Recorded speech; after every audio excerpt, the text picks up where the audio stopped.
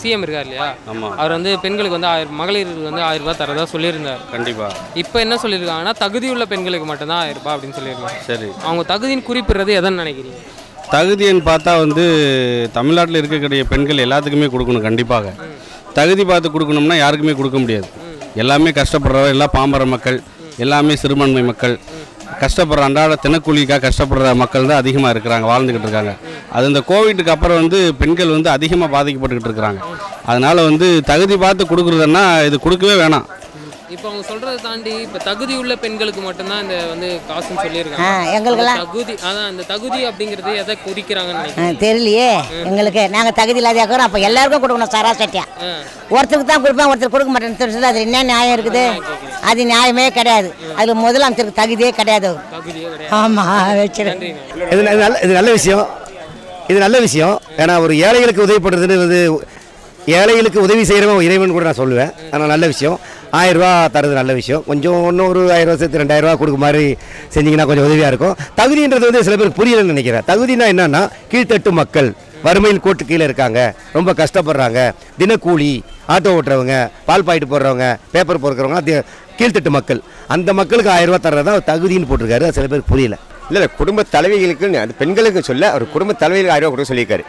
குடும்ப தலைவிகின்ற இப்போ நான் ஒரு குடும்பத்தில் வாழ்கிறேன், என் பொண்டாட்டி என்ன தகுதின்றதை வந்து எனக்கே தெரியாது. அப்போ அவர் எப்படி தகுதி, அவர் எப்படி இல்லை, அவர் என்ன ரீசன் அவர் சொல்கிறார்? அதாவது வந்து தகுதினா அவர் வந்து தகுதினா அப்புறம் என் வீட்டில் 3 நாள் தங்குவாரா? அவங்க சொல்கிறது தான் செய்யவும் மாட்டாங்க. அவங்க இது எம்ஜிஆர் ஜெயலலிதா சொன்னது உடனே செய்வாங்க. இவங்க சொல்கிறத தான் கண்டி அவங்க ஓட்டு வாங்குற வரைக்கும் தான். ஓட்டு வாங்கிட்டாங்களா இவங்க அதை பற்றி காதலே வாங்க மாட்டாங்க. ஏழை மக்களை பற்றி எவ்வளோ கொள்ளை திருடு எல்லாம் போகுது. கட்ட பஞ்சாயத்துக்கு பேசி கிடப்பாங்க. இவங்கெல்லாம் நேர்மையாக பேசவே மாட்டார். கலைஞர்லேருந்து அவங்க புள்ளியிலேருந்து இது மாதிரி தான் நடத்துவாங்க. இதே எம்ஜிஆர் ஜெயலலிதானா உடனே செய்வாங்க. ஆமாம், அவங்க சொல்கிறது தான் செய்வாங்க. இவங்க சொல்கிறது தான் கண்டி இதை காதலே விட்டுருவாங்க. தகுதின்னா உங்களுக்கு அந்த வருமானம், அவ்வளோதான். அவங்க வந்துட்டு வறுமை கோட்டுக்கு கீழே இருக்கிறாங்களா இல்லை மேலே இருக்கிறாங்களா, அது கண்டிப்பாக பார்க்கத்தான் செய்யணும். இப்போ மகளிர் எவ்வளோ பேர் இருக்காங்க நம்ம தமிழ்நாட்டில், எத்தனை கோடி மக்கள் இருக்காங்க. அப்போ தகுதிக்கு அந்த வருவாயில் ரொம்ப பின்தங்காமல் மேலே இருக்கிறவங்களுக்கு கொடுத்தா அது வந்துட்டு நம்ம அரசாங்கத்துக்கு செலவு. அதனால் தகுதி பார்க்குறது கண்டிப்பாக அவசியம். என்ன, அதாவது பாத்திரம் அடிந்து பிச்சை போடுன்னு சொல்கிறாங்கல்ல, இது பிச்சை இல்லை, அவ்வளோதான் மானியம். என்னை பொறுத்தவரையிலும் பிரிவினைன்றது வந்து அது சரியானது இல்லை தான் சொல்ல முடியும். ஏன்னா நம்ம எல்லாருக்குமே கிடைச்சா எல்லாரும் சந்தோஷப்படுவாங்க. அவங்க பிரிக்கிறது எப்படி பிரிக்கிறாங்கன்னு எனக்கு நான் என்னோட அசம்ஷன் யோசிக்கிறேன். அப்படின்னா அந்த வருமானத்தின் அடிப்படையில் சொல்கிறீங்க. வருமானத்தின் அடிப்படையில் கூட பார்த்தா கூட அப்படி பார்த்தாலும் பொதுவாக அனௌன்ஸ் பண்ணும்போது சொல்லிட்டு இருக்கணும். காமனாகவே இந்த மாதிரி வருமானம் குறைவாக இருக்கணும் கொடுக்கப்படும் சொல்லியிருந்தா அது எல்லாருமே அப்பயே மனநிலை ஏற்றுக்கொண்டிருப்பாங்க. தகுதின்னா எப்படி இல்லாதப்பட்டவங்களா இருக்கப்பட்டவங்களான்னு தெரியல. ஆனால் அது தவறு. மொத்தமாக எல்லாருமே தகுதியான பெண்களும் எல்லாருமே தகுதியானவங்க தான், எல்லாருக்குமே கொடுக்கணும்.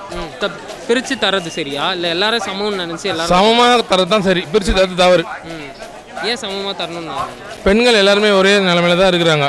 அதில் என்ன தகுதி இல்லாதது? ஸோ பெண்கள் எல்லாமே ஒன்று தான், எல்லாருக்குமே சமமாக கொடுக்கணும், அதுதான் கரெக்ட். கொஞ்சம் பேக்வேர்டாக இருக்கணும், கொஞ்சம் அது கஷ்டப்படுறோம். அது மாதிரி தகுதி பார்த்து கொடுப்பாங்க. அதுதான் வந்து தகுதியானது அப்படின்னு சொல்கிறேன். இப்போ இந்த தகுதினால வந்து பிரிக்கிறாங்க இல்லையா? ஆமாம், இந்த மாதிரி பிரிவினை பார்க்கறது வந்து சரியா? கண்டிப்பாக உண்டுங்க. எல்லாருக்கும் 1000 ரூபாய் கொடுக்க மாட்டாங்கல்ல. அந்த ரேஷன் கார்டில் பார்ப்பாங்க, மிகவும் பிற்படுத்தப்பட்டவங்களா அந்த மாதிரி இருந்தால் கொஞ்சம் ஜாஸ்தியாக இருப்பாங்க. எல்லாருக்கும் கொடுக்குற இலக்கம் கிடைக்காதுல்ல. அதனால தான் எல்லாரும் சமம் தானே சொல்கிறாங்க. இப்போ எல்லாருக்கும் தரலாம் அப்படி இல்லை சார். லோ கிளாஸ் இருக்குது, ஹை கிளாஸ் இருக்குது, இல்லாதவங்க இருக்கலாம், பசங்க கூட கஷ்டப்படாங்க, வீட்டில் ஒருத்தவங்க இருக்கலாம், அவங்களுக்கு கொடுக்குற நல்லது. இருக்கிறவங்க கொடுக்குற கஷ்டம் இல்லை, அதனால தான் பார்த்து கொடுப்பாங்க 1000 ரூபான்றது. மகளிருக்குலாம் வந்து 1000 ரூபாய் தரதா சொல்லியிருந்தார். அது இப்போ உங்களுக்கு வந்து சேர்ந்துருச்சா? வரல சார். வரலையா? இல்லை, ஆல்ரெடி ரேஷன் கார்டில் ஏபிசின்னு அந்த மாதிரி கேட்டகரி இருக்குல்ல, அந்த மாதிரி கேட்டகரி வச்சு தான் கொடுப்பாங்க. எனக்கு தெரிஞ்சு அவங்க சி கேட்டகரி அது கொடுப்பாங்க. அப்புறம் விடோவாக இருக்காங்களே, விடோ அந்த மாதிரி இருக்கவங்களுக்கு கொடுப்பாங்க. ஆல்ரெடி இருக்குது, அவங்களே அதில் சேர்த்துக்குவாங்க, அவ்வளோதான். ஸோ இந்த மாதிரி பிரிவினை பார்த்து கொடுக்கறது ஓகேவா? பிரிவினை இல்லாமல் எப்படி இருக்க முடியும்? எல்லா இடத்துலையும் இருக்கு. அதான் அவங்க திரும்ப வரணும்ல, அவங்க ஒரு ஃபைனான்ஷியல் சப்போர்ட் வேணும்ல, அதுக்காக தான் கொடுக்கறது.